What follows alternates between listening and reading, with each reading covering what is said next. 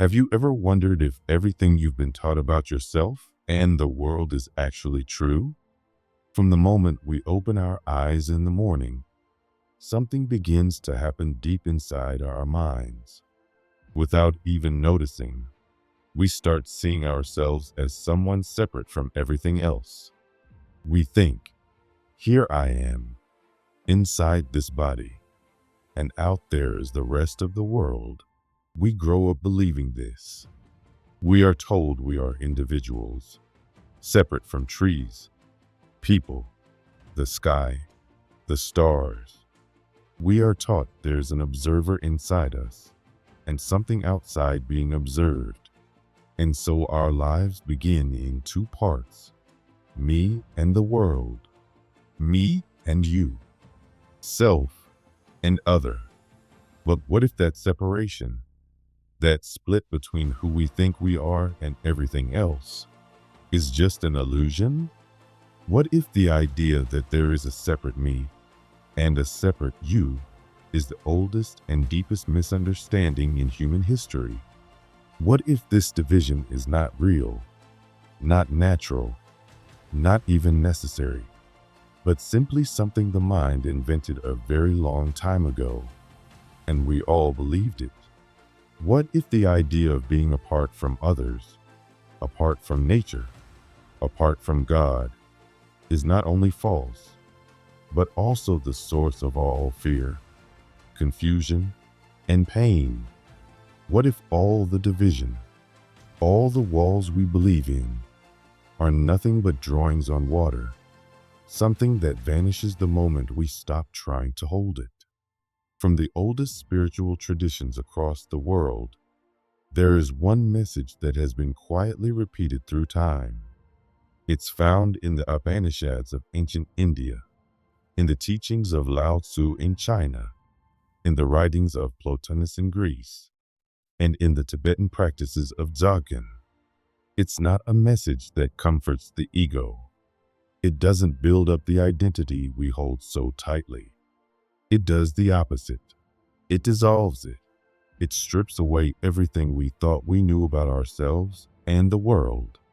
It says something simple, but powerful. There is no two. There never was. There is no inside and no outside. No sacred and no ordinary. No heaven and no hell. No observer and no thing being observed.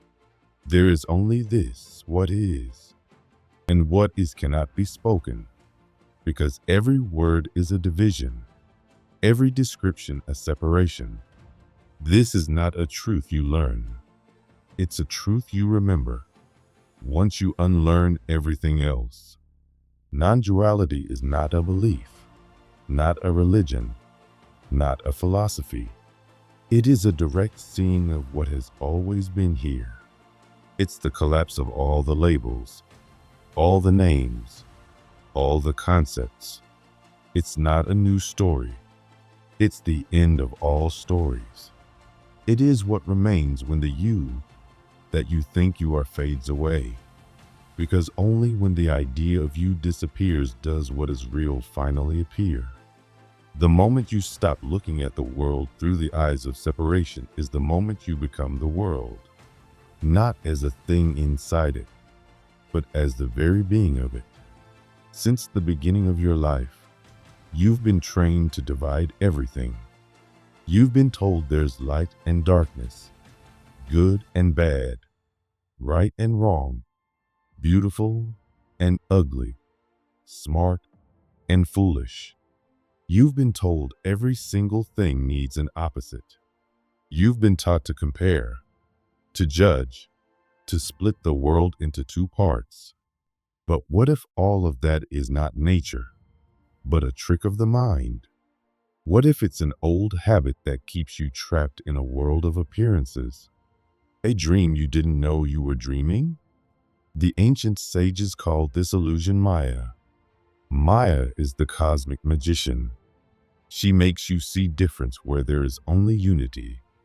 She paints borders that aren't really there. She whispers that there is a separate you over here and a separate world over there. But it's not true. The eye that sees and what it sees are not two different things.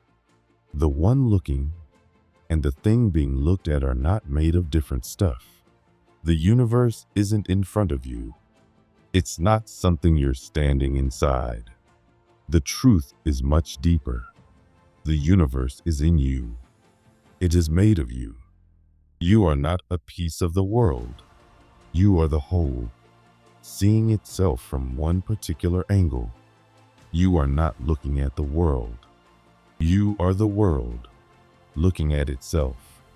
That's why ancient Hermetic teachings say, as above, so below, as within, so without.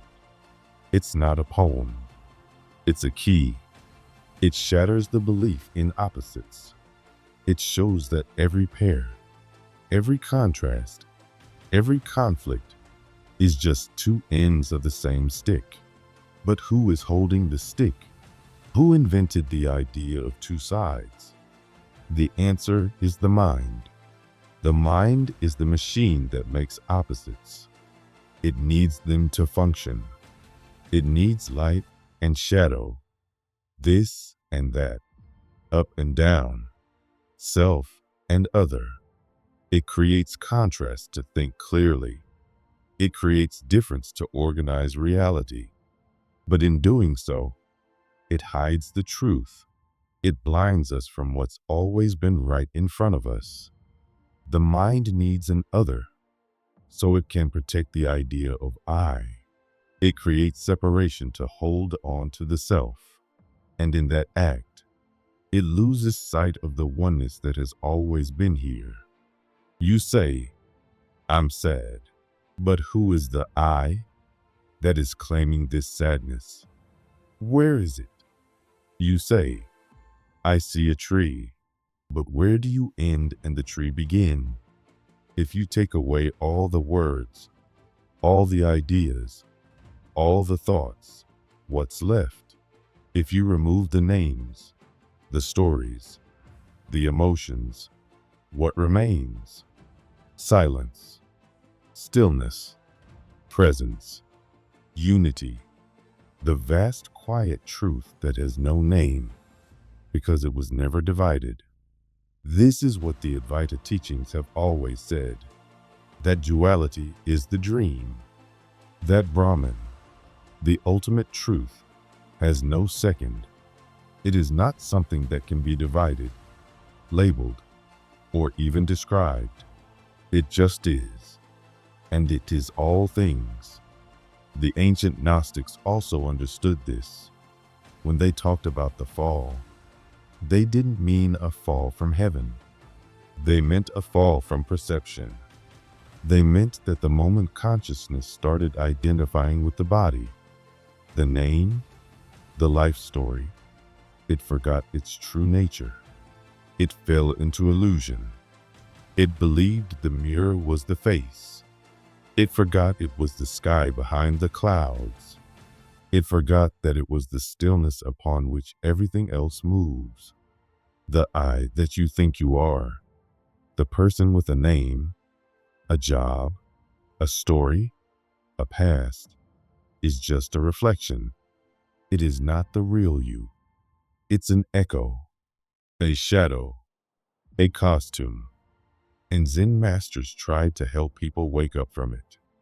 They would say, once you understand, trees are trees again, and rivers are rivers again. But before that understanding, everything dissolves. Nothing makes sense. Because to truly see without duality, you have to let go of all separation. You don't just live in the world. You become the world itself. This is the real prison. Not bars, not walls, but the habit of thinking in twos. We're trapped in opposites. Two genders, two sides, two ideas, two nations. But being itself has no sides. Being is like space. You can't touch it, but it holds everything. It has no form. but everything appears within it. You can't break it. You can't divide it. It just is. It's invisible, but without it, nothing can appear. When someone asked Krishnamurti what freedom is, he said, "Freedom is being beyond choice." At first, that sounds strange, but it's true. Real freedom doesn't come from picking between two things. It comes when there's no one left to choose. When you go beyond the I that chooses. When you give up the need to control, to name, to judge. And when that happens, fear fades away. Because fear only exists when there's an other. You only feel threatened when you believe there's something outside of you that can hurt you. But when there's no other, there's no fear. There's no loneliness, no missing piece, no search, no lack. You are already whole. You always have been. You just forgot. And how do you leave the prison? Not by fighting it, not by breaking the bars, but by realizing there are no bars. There were never any walls. There is no cage. The door has always been open. You were never trapped. Before the word, there is breath. Before the thought, there is space. Before the sentence, there is silence. Before you say, "I am," there is only being. Not something you can describe. Not something you can understand. Just formless, quiet, infinite presence. Every language, every sentence, every idea is born from separation. To say anything, there must be two, one who speaks and one who hears. But what if that's the first illusion? What if the separation itself was never real? In the oldest teachings across the world, silence was not just the absence of noise. It was the presence of all things. It was the source, the beginning, the breath before creation.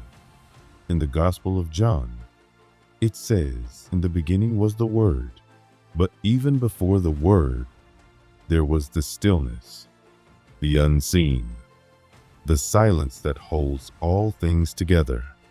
The Logos, the Word, is not just a sound. It is the first vibration, the pulse of awareness moving through all of existence. But before that vibration, there was the silence, the womb of the universe, the breath that came before any name. Lao Tzu said, "The Tao that can be spoken is not the eternal Tao, because the moment you put it into words, you limit it, you divide it, you make it small. Every word carries division. Every sentence creates two things, a subject and an object. But the Tao is what existed before any grammar, before any division. It was before language, before thought." In Tibetan Dzogchen, the goal is not to learn something new, but to rest in what is already here. The student is led to a state called Rigpa. It is not a belief or a feeling. It is naked awareness, pure presence, not something that can be looked at, because it is the very act of looking. There is no mirror, no reflection, only light, only seeing. In Hermetic teachings, the mystery is the same. They say creation didn't start with an act, but with a vibration, with sound, with the words, "Let there be light." But even that sound came out of silence. That breath before the word is not a symbol. It is real, and you can feel it, but only when you stop trying, only when you stop looking, only when you surrender. The mind is full of noise, full of stories, full of desires. But pure awareness is like the sky. It stays the same, no matter what clouds pass through. Ramana Maharshi said the highest spiritual practice is to keep asking, "Who am I?" Not because you'll find an answer, but because eventually you'll realize there's no one asking. The question dissolves, and with it, the illusion of a separate self. The truth is beyond time. It's not something that begins or ends. It just is. Kabir, the great Indian poet, said, "Between the inhale and the exhale lies the dwelling of God." That space between breaths is not a place. It is the absence of place. It is the stillness before anything becomes something. It is the moment the universe hasn't yet decided what it wants to be. When the dervishes spin, they aren't dancing. They are dissolving, letting go of the mind, entering the eternal now. When Zen monks sweep the floor, they're not cleaning the floor. They're cleaning the eye that thinks it's doing something.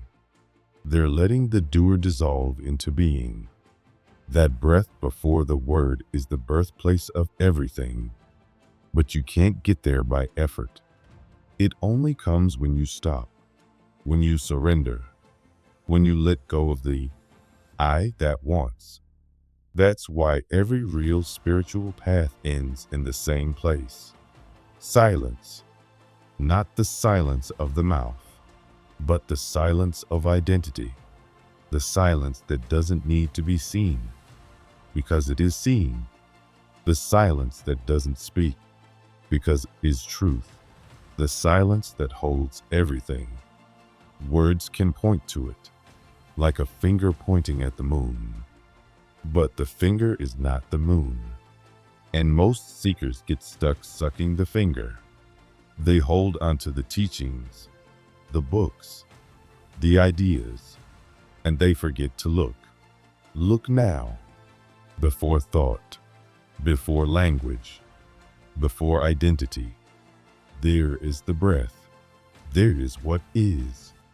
There is you, not the small you, not the personal story, but the one that never left, the one that never began, the one that simply is. That is where the truth lives. That is where you've always been. And there is no two, only one, only this, only now. Who told you that your face in the mirror is who you are? That your name is your truth? That your thoughts belong to you? These things were given to you by voices, by habits, by time. You accepted them, but they're not you. The face is just flesh. The name is just sound. The thoughts are just passing clouds. You are not what you've been told. You are what watches silently from behind it all. The I you defend, the one that wants to be right, to be loved, to win, is not real. It's a role, a mask, a collection of stories and reactions. You think it's you, but it's not. It's the actor that forgot it's acting. It holds on tightly, fearing death, but its fall isn't death. It's freedom. The truth is simple. If you can observe it, you are not it. You see your body, so you are not the body. You notice your thoughts, so you are not the thoughts. You feel emotions, but you are not them. You are the quiet space that sees everything come and go. The ego tries to control life, but it's powerless. It's just a shadow pretending to be the sun. It wants enlightenment, but it can't be enlightened, because true awakening comes when the ego disappears. Enlightenment is not a gain. It's a letting go. It's not the rise of something new. It's the end of the false. What remains when the ego falls is not emptiness. It's peace, fullness, stillness. Not something you become, something you remember. You've always been it. You just forgot. You've searched so long for purpose, for answers, for God. You've tried prayers, teachers, techniques, but the truth you've been chasing has been sitting quietly inside you the whole time, breathing with you, watching with you. You don't need to reach the light. You are the light. You don't need to find the divine. You are the space where the divine reveals itself. Your body is the temple. Your heart is the altar. And silence is the prayer. Let go of the effort. Drop the need to become. What's real can't be lost. Only illusions can fall. What you are is beyond name, beyond story. It's the stillness that never left. This message isn't here to teach you anything. It's here to help you remember. Because the truth isn't in the words. It's in the silence that hears them. And the presence that has always been you. Thank you.